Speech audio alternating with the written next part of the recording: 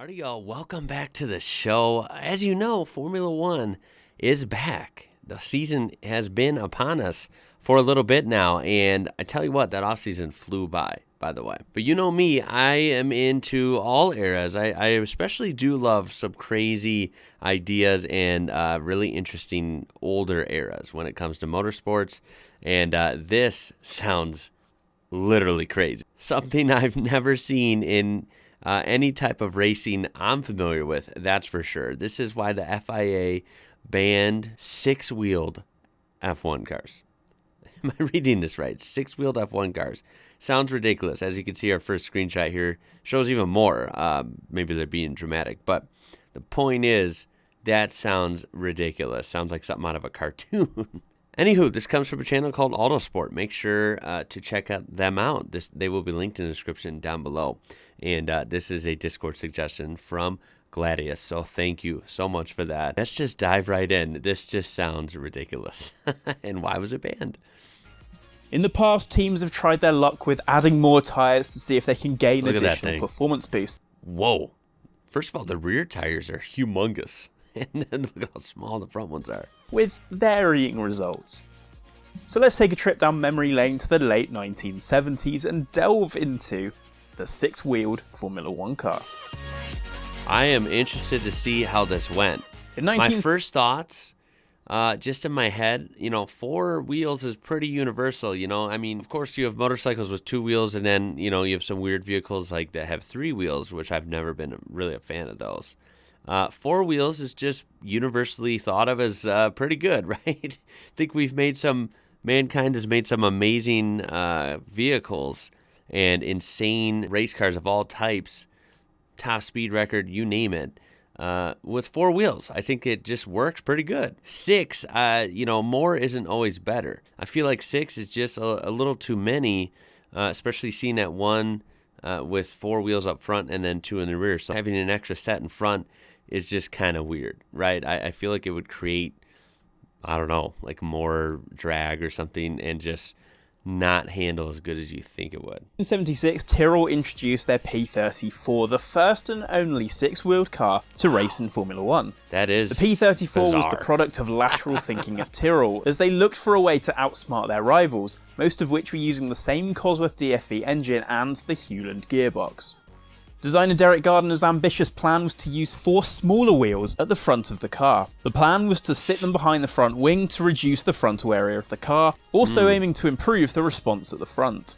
The P34 featured four 10-inch wheels mounted at the front of the chassis, with the steering directly attached to the front axle, while a bell crank arrangement was used to steer the second. It was also anticipated that with four wheels at the front rather than two, braking would be improved. This actually turned out to be more of an Achilles heel than a bonus, with the team making... Yeah, would braking be improved? I didn't even think about that. Braking would be an interesting point. I don't know if that necessarily would be improved. Even though you have more tires up front, they're so small. Can they really bite down, right? I have to say, as weird as this is, and quite frankly, as I would lean more as like ridiculous as this is, I have to say I applaud Formula One for this exact reason, is that you have so many variations, you have all these different experiments and wild ideas that get put into motion, literally. I think it's very cool that they constantly try to evolve and push the envelope. That's one of the most exciting aspects of the motorsport, in my opinion. Making numerous changes in an effort to improve braking throughout its service. The other problem they had was the car's wheelbase, which would either be shortened or lengthened if one axle became unloaded or locked up before the other. This made driving and setting up the P34 especially difficult. And due to the wheels being much smaller at the front, they also went through more revolutions than their larger counterparts at the rear of the car. Right. So this overall had a significant impact on the tyre's lifespan, a problem that was further exacerbated by Goodyear's improvement of the rear tyre and lack of development of the small front tyres that only Tyrrell was using. Gotcha. During this period, Giorgio Piola had unprecedented access to the car and takes up the story. It all happened by pure coincidence as I was flying out to Rio and ended up sitting by Ken Tyrrell on the flight. In life you need to be good, but also lucky. So Ken knew of Giorgio's work and asked if he would be interested in doing the press kit for the car, which meant he could get a lot of information and take a lot of pictures of the car. It was some of my best work. I was very attached to that car, said Giorgio, as I had a very good relationship with Tyrrell's chief designer, Derek Gardner. I did 3 big cutaways of the car, an incredibly detailed top view that Derek helped me with. Dang. This top view of the P34 is one of the most difficult drawings he's done. Piolo explains that with his usual cutaway drawings you can use tricks like putting bodywork over an area you're not sure about and want to obscure. Cheeky. It was different with this overview drawing though, as it was open and had to be extremely accurate, with everything precisely where it should be, even down to the position of the pipework. As Piolo says, for me it was one of the best drawings I've ever done, but no one would publish it at the time as it had 32 annotations. This was too much detail and not something that could be published in a magazine at that time. Due to it being a huge hand-drawn illustration, the arrows and numbers simply couldn't be removed. The work has been subsequently digitised, but let's reimagine how it was originally intended to be seen. Number 1, adjustable aluminium splitter. Number 2, Number 3, air ducts in the front. Number 4, Number 6, number 5,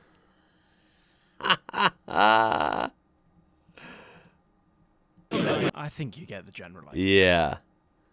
The P34 did have its moment in the sun, taking victory. Yeah, this car, like I said, but this car in particular is just too crazy. I mean, it looks just absolutely... I don't even know what word to use. It just looks ridiculous. That's the only word I can think of right now. It just is goofy. And I can't believe it was real. I actually can't even believe it. When I saw this suggested to me a couple times over the past couple months, and I saw the screenshot of this car, I just didn't believe that this was real. It looks goofy. Like I said, it looks like something like a weird mod from a video game, or it looks like something... from like a cartoon, like some exaggerated villain's car or something. Like, it's just weird. At the Swedish Grand Prix. Their biggest issue remained as tyres continued to hamper performance. Especially seeing it next to a more traditional car when it comes to the wheels, at least. You still have the big difference between the front and rear tires in this era. The rear tires, I can't get over how gigantic they are in relation to the front. Lack of development from Goodyear inevitably led to the downfall of the project, and the P34 was withdrawn from service following the 1977 season, and 6-wheel designs were subsequently banned. Wow. While Tyrrell's foray into this solution had prompted the team to add an axle at the front of the car, several other teams had seen an opportunity to do similar at the rear. One of them being the March 240. Having seen the Tyrrell P34, Robin Hurd of March started his own 6-wheel project, but unlike the Tyrrell, his design would have 4 wheels at the rear of the car. Oh my god. 2. No He used way. the 240 as the car's designation, with 2 lead wheels, 4 driven wheels, and 0 trailing wheels. So, this was 4-wheel drive. I mean, technically it was a little different than we would usually think of 4-wheel drive. This is just ridiculous.